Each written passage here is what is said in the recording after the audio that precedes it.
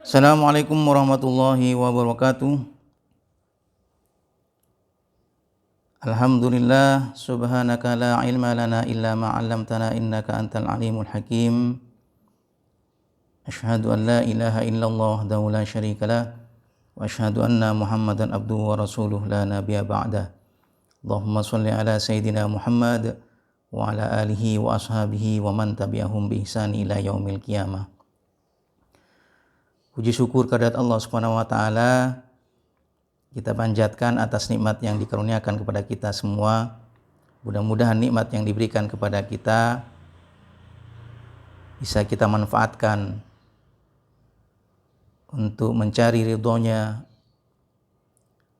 untuk digunakan beribadah kepada Allah Subhanahu wa taala. Salah satu nikmat yang diberikan kepada kita adalah kita mempunyai sebuah alat digunakan untuk komunikasi, yakni lisan kita. Dan salah satu di antara menggunakan nikmat lisan kita ini adalah dengan melakukan hal yang sangat baik. Di antaranya adalah dengan membaca Al-Quranul Karim. Membaca Al-Quran merupakan perbuatan sunnah yang sangat disukai oleh Allah Subhanahu wa taala.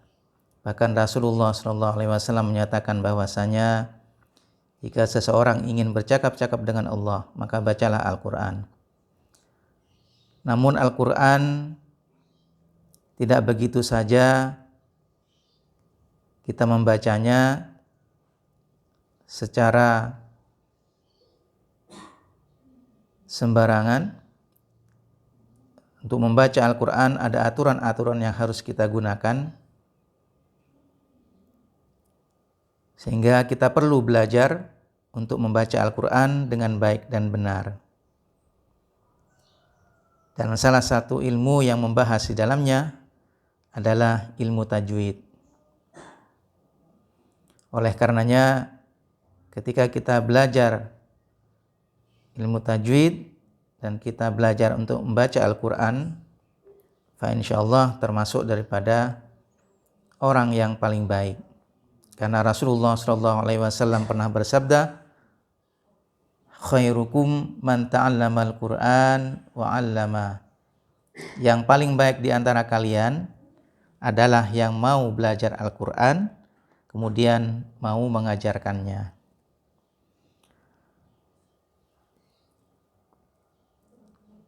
Oleh karenanya, maka kita akan mencoba untuk belajar bersama-sama ilmu tajwid ini. Karena untuk membaca Al-Quran ada anjuran di dalam Al-Quranul Karim, di mana disebutkan di sana di dalam surat Al-Muzammil, Allah Subhanahu wa taala berfirman bahwasanya warattilil Qur'an tartila. Dan bacalah Al-Quran itu dengan tartil. Kemudian karena ketika kita membaca Al-Quran itu sama dengan bercakap-cakap dengan Allah, maka hendaklah dengan membaguskan ketika kita membacanya.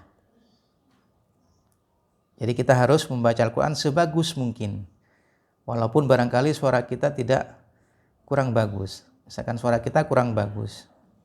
Tetapi kita berusaha semaksimal mungkin membacanya dengan bagus.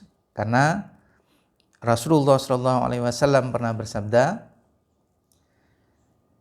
jawwidul Qur'an fa innat tajwida hilyatul qira'ah. Kata Rasulullah, baguskanlah bacaan Al-Quran, maka sesungguhnya membaguskan bacaan Al-Quran itu merupakan hiasan qira'ah. Kemudian di dalam hadis yang lain disebutkan jawidul Quran bi aswatikum. Baguskanlah bacaan Al-Quran atau hiasilah Al-Quran itu dengan suaramu yang merdu. Jadi oleh karenanya ketika kita membaca Al-Quran, maka hendaklah menggunakan suara kita dengan sebaik-baiknya. Karena membaca Al-Quran berbeda dengan membaca bacaan yang lainnya. Oleh karenanya maka kita perlu belajar ilmu yang berkaitan dengan tata cara membaca Al-Quran dengan baik dan benar. Dan itu ada di dalam suatu ilmu yang oleh alim ulama disebut dengan ilmu tajwid. Nah, tajwid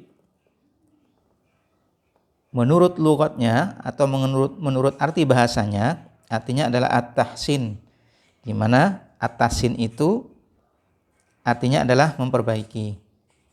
Kemudian menurut istilah, maka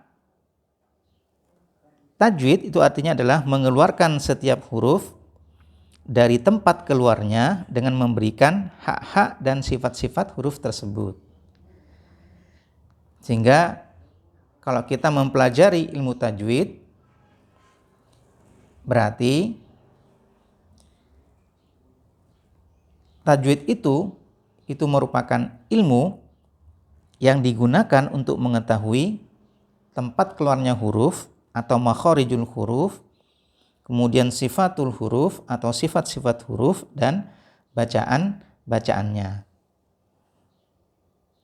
Sehingga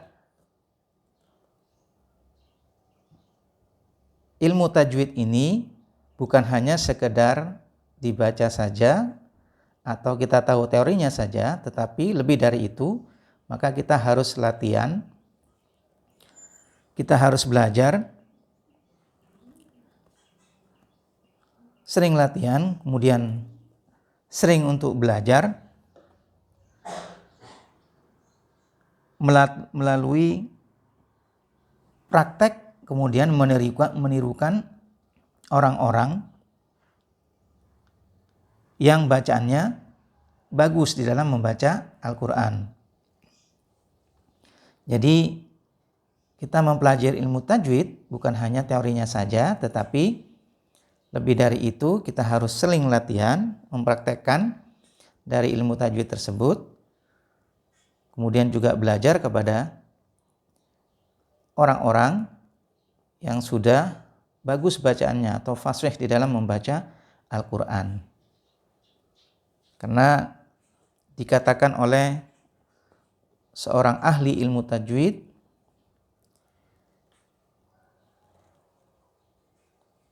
yakni Asy-Syaikh Ibnul Jazari, mengatakan bahwasanya beliau mengatakan, aku tidak mengetahui jalan yang paling efektif untuk mencapai puncak tajwid selain daripada latihan lisan dan mengulang-ulang lafaz yang diterima dari mulut orang-orang yang baik bacaannya.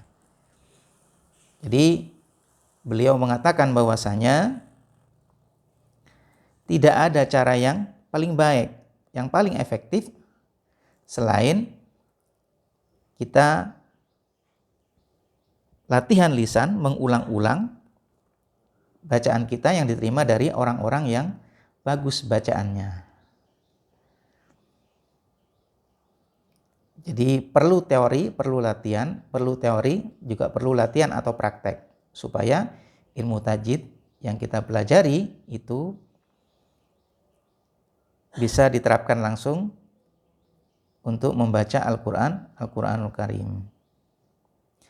Nah, kemudian para ulama mengatakan bahwasanya kalau kita membaca Al-Quran tanpa tajwid, maka itu merupakan suatu kesalahan, merupakan suatu kerusakan atau yang dikenal dengan lahan. Yang dikenal dengan lahan. Lahan itu merupakan kerusakan atau kesalahan yang menimpa lafaz baik secara jelas atau jali maupun secara samar atau dengan khofi. Jadi lahan itu merupakan kerusakan atau kesalahan yang menimpa suatu lafaz dengan jelas maupun dengan samar. Jadi kesalahan atau kerusakan ini bisa kita bagi menjadi dua. Yang pertama namanya adalah lahan jali. Lahan jali itu jelas. Jadi lahan jali maksudnya adalah kerusakan atau kesalahan yang jelas. Artinya walaupun bukan ulama ahli qiraat, itu bisa menentukan bahwasanya apa yang dibacanya itu adalah salah. Jadi ulama ahli qiraat, kemudian juga orang biasa itu mengetahui bahwasanya apa yang dibacanya adalah salah. Jadi itu termasuk daripada lahan jali atau kesalahan kerusakan yang jelas. Nah, apa saja yang termasuk di dalamnya? Yang pertama, yang termasuk daripada lahan jali adalah mengganti huruf dengan huruf lain. Jadi mengganti huruf dengan huruf lain. Apa yang termasuk daripada mengganti huruf dengan huruf lain? Contohnya seperti apa? Misalkan di sini ada alhamdu. Di sini menggunakan ha, tetapi dibaca dengan menggunakan alhamdu. Jadi menggunakan ha. Jadi alhamdu seharusnya dibaca seperti itu, tetapi dibaca alhamdu. Nah, ini termasuk daripada lahan jali. Karena haknya dibaca atau diganti dengan ha. Kemudian di sini ada a'tainaka. Nah, di sini ada po tetapi diganti menjadi ta, sehingga bacaannya menjadi a'tainaka. Jadi a'tainaka diganti menjadi a'tainaka. Maka itu merupakan suatu kesalahan yang jelas karena hurufnya yang diganti. Kemudian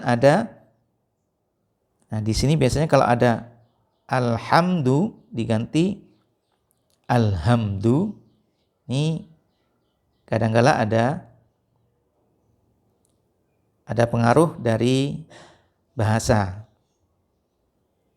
Kadang alhamdu itu kadang-kala pengaruh daripada bahasa. Di suatu daerah tertentu mungkin membacanya ha tetapi dengan ha. Atau ha diganti dengan kha, al-khamdu misalkan. Ada yang juga membacanya dengan al-khamdu. Nah, karena pengaruh dari dialek bahasa. Jadi karena daerah tertentu mungkin terbiasa menggunakan suatu huruf yang sering digunakan sehingga terpengaruh ketika membaca Al-Quran. Padahal ketika kita membaca Al-Quran seharusnya yang digunakan adalah bahasa Arab. Jadi tidak dipengaruhi oleh bahasa-bahasa daerah. Kemudian contohnya lagi an'amta.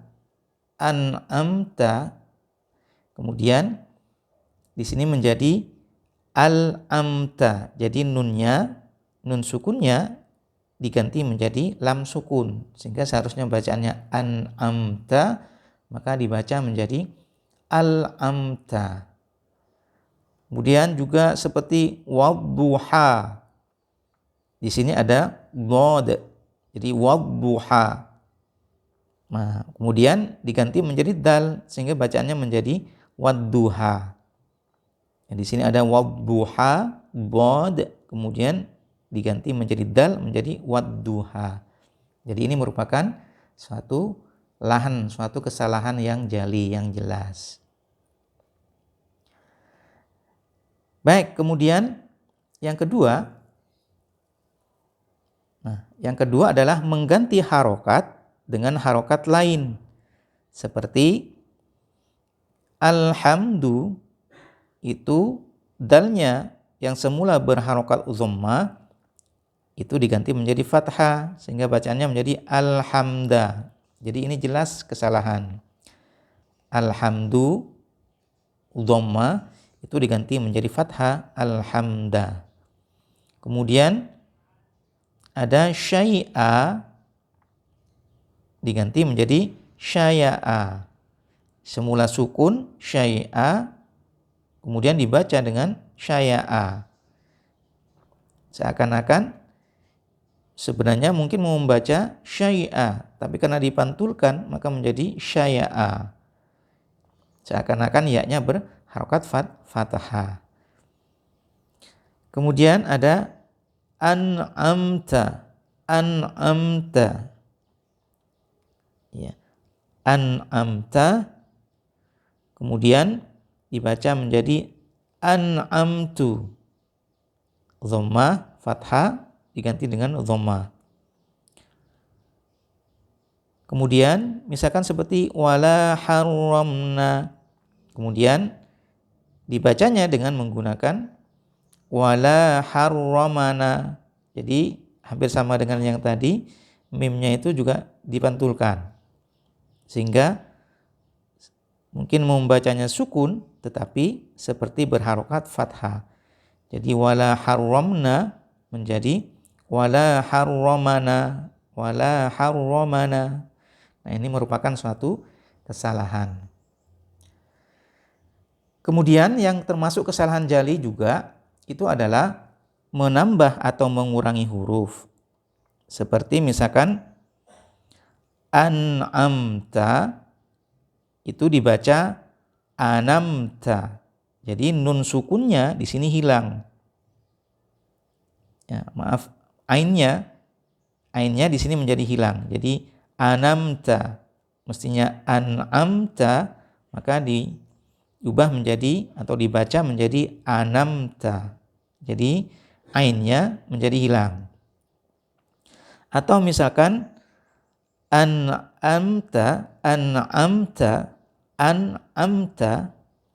itu ditambah belakangnya menjadi an'amtah, ada hak sukun. Jadi mestinya an'amta dibaca an'amtah. Jadi ada tambahan hak sukun. Nah, itu termasuk daripada kesalahan yang jelas atau lahan jali. Baik, kemudian ada lahan khafi. Apa itu lahan khafi atau kesalahan yang samar? Lahan khafi merupakan kesalahan pada suatu lafadz yang biasanya ini diketahui oleh ulama-ulama qiraat dan para pengajar Al-Quran, di mana yang cara bacaannya itu diterima langsung dari mulut ke mulut dari para ulama qiraat. Kemudian dihafalkannya dengan teliti sehingga beliau mengetahui bahwa itu merupakan suatu kesalahan. Dan mungkin orang yang lain itu menganggapnya bukan satu kesalahan, tetapi ulama-ulama tersebut mampu mengetahui bahwa suatu kesalahan. Nah, di antara beberapa yang merupakan kesalahan yang samar, lahan khafi, yang pertama adalah membaca dhammah dengan suara di antara dhammah dan fathah. Jadi membaca dhammah dengan suara di antara dhammah dan fathah. Contohnya seperti membacanya mestinya adalah antum, tetapi dibaca di antara dhammah dan fathah menjadi antum. Jadi membaca dengan antum, seharusnya antum. Alaikum itu dibaca alaikum. Alaikum seharusnya, tapi dibaca alaikum di antara fathah dan dhammah. Nah, itu merupakan kesalahan yang mungkin samar karena tidak semua orang mengetahui bahwasanya itu adalah salah. Kemudian yang kedua, yang termasuk kesalahan yang khafi, yang samar, adalah membaca kasroh dengan suara di antara kasroh dan fathah. Hampir sama dengan dhammah tadi di antara dhammah dan fathah. Nah, ini kasroh di antara kasroh dan fathah. Nah, contohnya misalkan alaihim itu dibaca alaihim. Jadi alaihim dibaca alaihim. Kemudian bihi dibaca bihi. Nah, ada juga misalkan seperti Al-Fatihah, karena ada pengaruh dari logat daerah, maka dibaca dengan Al-Fatihah. Padahal mestinya Al-Fatihah, bukan Al-Fatihah. Iyyaka na'budu, karena ada pengaruh Jawa mungkin iyyaka na'budu. Ya, mestinya iyyaka na'budu. Al-Fatihah dibaca Al-Fatihah. Iyyaka na'budu, iyyaka na'budu. Nah, ini termasuk daripada juga kesalahan. Kemudian yang ketiga itu menghilangkan dengung lafadz yang seharusnya dibaca berdengung. Contoh seperti min qablikum atau dibaca min qablikum. Padahal mestinya min qablikum, bukan min qablikum atau min qablikum, tetapi min qablikum karena bacaan ifa di sini. Ada samar, di dalamnya juga ada dengungnya. Nah, itu juga merupakan satu kesalahan yang mungkin diketahui oleh ahli qiraat atau para pengajar Al-Qur'an. Nah, kemudian yang keempat adalah memanjangkan huruf yang seharusnya pendek dibaca panjang. Atau sebaliknya, memanjangkan huruf yang seharusnya dibaca pendek, atau sebaliknya yang pendek tetapi dibaca panjang. Contoh misalkan di sini ana abidun, maka membaca mestinya ana abidun, dan biasanya di Al-Qur'an itu diberi tanda bundaran di atasnya yang menunjukkan bahwa alifnya tidak digunakan. Jadi bacanya pendek, ana abidun. Nah, tetapi dibaca ana abidun. Kemudian atau yang panjang dipendekkan, la ikraha, dibaca la ikraha. Ya, kalau misalkan nanti tidak merubah makna,